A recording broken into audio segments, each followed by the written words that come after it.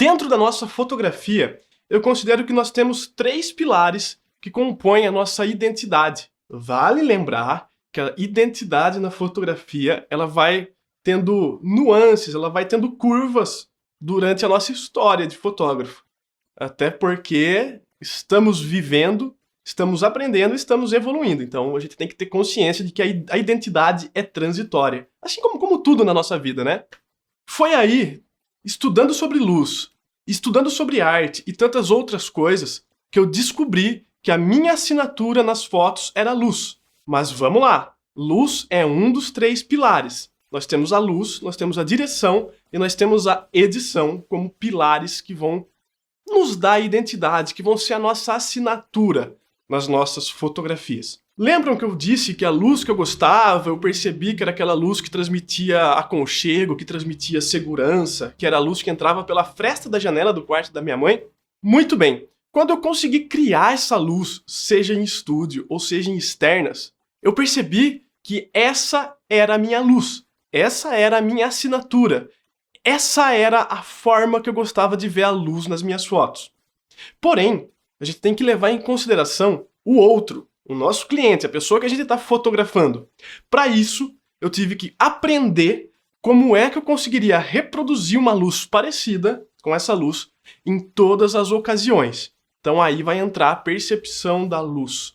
A partir disso, então, a gente começa a entender de onde que a luz vem, para onde que a luz vai, que lado que a gente tem que virar a pessoa que a gente está fotografando, ou o casal, enfim, para que essa luz seja aproveitada da melhor maneira possível. Essa assinatura, ela está incluída em fotos externas, em fotos internas e em fotos em estúdio. A minha assinatura, a minha luz, a luz que eu olhei para dentro de mim e eu descobri, são essas que a gente está vendo nessas fotos agora aqui. São luzes mais marcadas, são luzes fortes, são luzes que transmitem força, que transmitem segurança, que transmitem aconchego de uma certa forma. E eu gosto de uma luz quente. Então tudo isso faz parte da minha personalidade.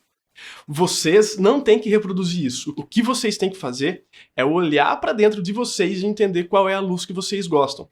Porém, em externa, eu uso muito flare.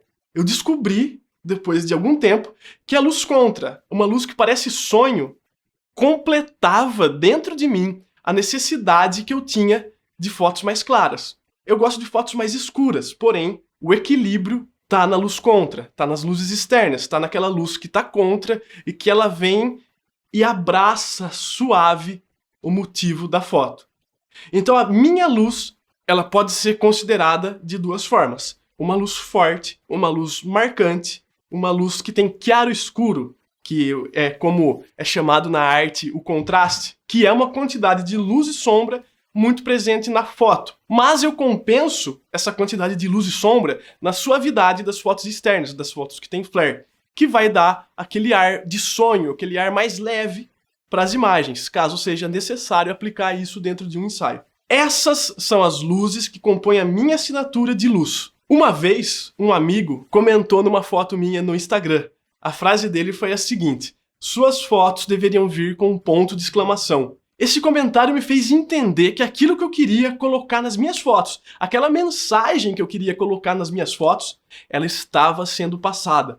Fotos fortes. As minhas fotos, elas dizem algo. E é isso que eu quero que as fotos de vocês também passem a mostrar. As fotografias têm que dizer algo. Elas têm que contar uma história inteira em uma foto. E isso a gente só consegue a partir do momento que a gente descobre qual é a nossa assinatura no nosso trabalho. Assinatura não é ir lá e escrever um nome na foto, colocar o site, colocar um logo. Na minha opinião, isso estraga uma obra. Eu acho que é interessante, porque no começo da carreira a gente precisa de cliente. A gente precisa de pessoas que vão estar indo atrás do nosso trabalho a partir de um nome, de um logo, de um site. A gente vive hoje no ápice das redes sociais, onde a origem da visualização do nosso trabalho são os nossos perfis e os perfis das pessoas que publicam as nossas fotos, ou seja, das clientes, das pessoas que a gente faz parceria e tudo mais. Se a gente tem uma identidade de luz bem marcada, bem presente nas nossas fotos, a pessoa que já viu uma ou outra foto, olhando novamente, já vai saber que aquela foto é tua. A identidade, a assinatura, é a luz. Claramente que a gente vai falar aqui também sobre a direção, que é algo muito importante. Combinado?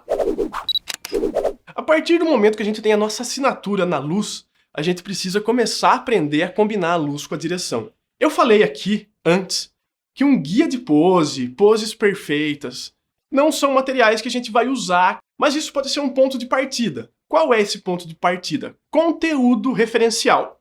Quando a gente vê uma foto, o que a gente pensa? Poxa, que foto massa! Eu quero ter uma foto parecida com essa. Eu quero uma pose parecida com essa. Mas a pose é uma construção. A gente não faz a pose e clica. A gente tem que construir a foto. Às vezes, a construção, ela começa com a nossa cliente, com a modelo, com a mão ali embaixo. A gente vai trabalhando membro por membro até chegar onde que a gente quer. Então a fotografia, a combinação da luz e da atitude, da luz e da pose, é uma construção. A partir disso, eu vou falar de um método meu de direção, que são os 3 modos de direção. Direção corretiva, direção criativa e direção natural-ação. A partir do momento que a gente constrói uma biblioteca visual dentro da nossa mente, essa biblioteca ela vai ser adquirida no Instagram, ela vai ser adquirida em revista, em site, no Pinterest, na rua. A gente pode ver pessoas conversando, pessoas andando, achar que isso é legal e guardar isso. A gente tem que separar um lugar na nossa mente onde a gente guarde como se fosse print screen de celular, print de tela, mas das coisas que a gente vê com os nossos olhos. Dentro desse método, então, desses 3 modos de direção, a gente vai começar a construir o nosso estilo de direção. Então a gente vai criar algo a partir de uma referência. Suponhamos que essa foto de referência, a modelo esteja com os olhos fechados e com o rosto baixo. A gente vai criar uma imagem a partir disso, levando em consideração o lugar que a gente tem e a pessoa que a gente está fotografando. Eu tenho um problema muito sério, gente. Eu tenho um nariz muito grande. Vamos levar como ponto principal desse exemplo que a nossa cliente tem nariz grande. Se o nariz dela está muito próximo da nossa lente, o nariz dela vai ficar maior ainda. Então, de repente, o que eu vou criar não é uma pessoa com rosto baixo e olho fechado. Às vezes, essa criação ela vai ser com a modelo com um rosto mais de lado. De repente, eu posso pedir para ela cobrir um pouco aqui. Enfim, para depois a gente evitar Photoshop, a gente evitar pós-produção, a gente evitar ficar trancado dentro de uma sala olhando para o computador. A direção criativa ela vai trabalhar dessa forma. Vamos supor um outro caso aqui. Eu tenho uma cliente leonina. Vocês gostam de astrologia, né? Quais são as características de uma leonina? Uma pessoa forte, um signo forte. Uma pessoa que vai exigir uma foto mais com queixo alto, um olhar mais penetrante. Então eu vou criar isso dentro de uma foto. Eu vou pedir para a modelo espaçar pé. Eu vou pedir para a modelo, de repente, cruzar os braços. E eu vou pedir para a modelo, de repente, levantar o rosto e me olhar de cima, com um sentido de superioridade. Isso causa impacto. Para isso, eu preciso usar uma luz mais dura, já que a gente fala da combinação de luz e direção, certo? Vamos imaginar uma coisa muito simples. Estamos fazendo uma externa, a gente está na praia, e o que uma pessoa faz na praia? Na hora que ela chega, provavelmente ela vai correndo e entra no mar. É exatamente isso que a gente vai recriar. A gente vai chegar para a cliente, vai falar, olha só, a gente vai fazer uma sequência de fotos aqui, você vai sair da minha frente correndo de costas para mim. Quando você colocar o primeiro pé na água, você vai dar uma olhadinha para trás, vai olhar para a câmera do lado que você quiser e vai continuar correndo em direção ao mar. Nisso, a gente vai estar com a câmera ali atrás e a gente vai fotografar movimento por movimento que essa pessoa faz. Às vezes é necessário repetir essa ação 3, 4, 5, 10 vezes. Não importa a quantidade de vezes que a gente vai repetir isso. E aqui vai uma dica muito interessante. Anotem isso daí.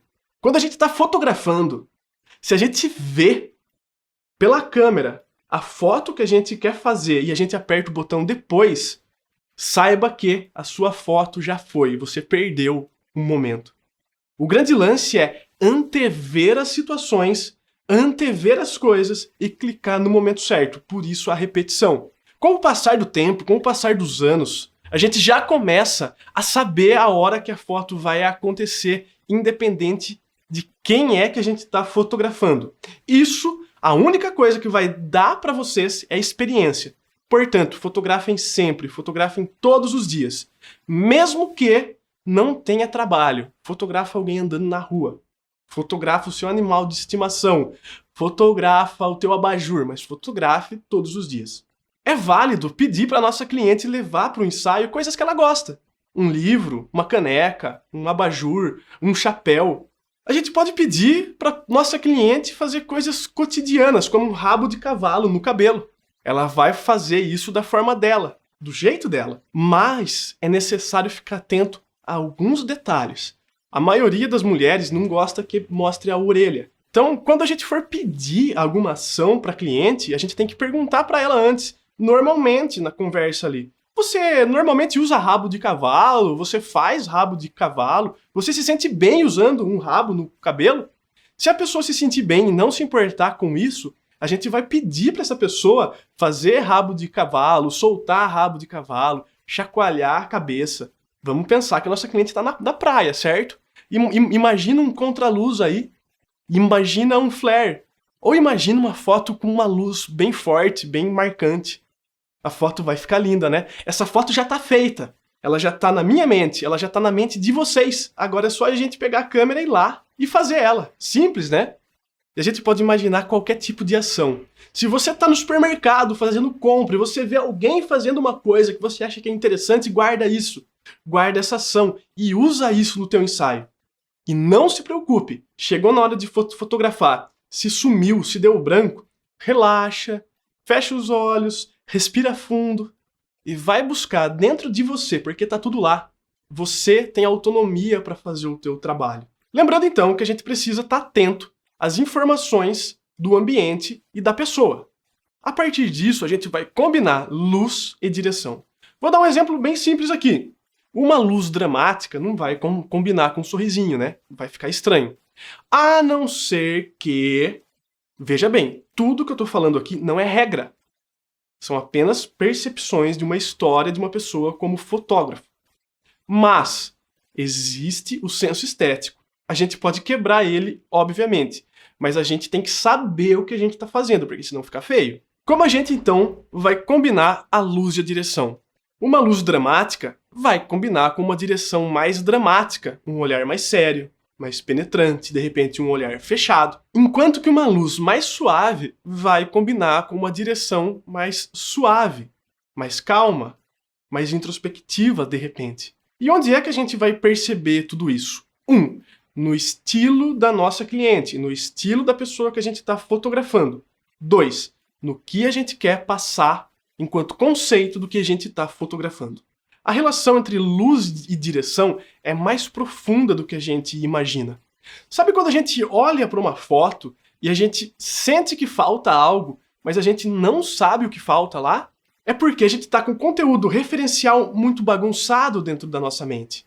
E o que a gente tem que fazer para estabelecer essa relação entre luz e direção é pegar tudo que a gente tem de conteúdo referencial e desmembrar isso. Por exemplo, pega uma foto de um fotógrafo que você gosta e observa a direção que foi feita para aquela pessoa e qual é a luz que está ali. Você vai perceber que existe muito forte uma relação entre luz mais dura, com uma ação mais dura, mais forte, e uma luz mais macia, com uma direção, de repente, mais leve, mais alto astral. O que vai nortear isso é o nosso bom gosto, é a nossa consciência, é a experiência que a gente tem ao olhar todas as coisas.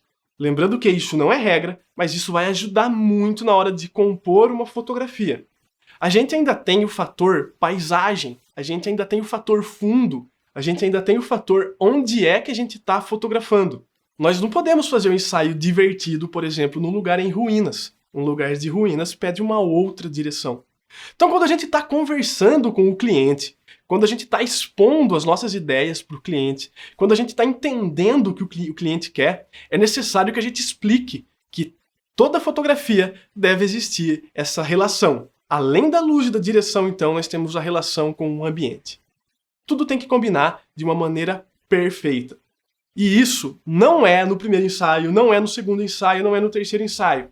Isso também você só vai conseguir com a experiência. O que eu tô te passando aqui são dicas de uma vivência. Eu já fiz muito ensaio onde eu não sabia combinar isso. Hoje, eu tenho um pouco de vergonha até de olhar para essas fotos e de saber que eu entreguei isso para um cliente que pagou. E o que eu quero é que vocês não passem por isso. Vocês têm que já começar fotografando de uma maneira sóbria, de uma maneira consciente. E são essas as dicas simples que vão resolver isso dentro da tua vida de fotógrafo.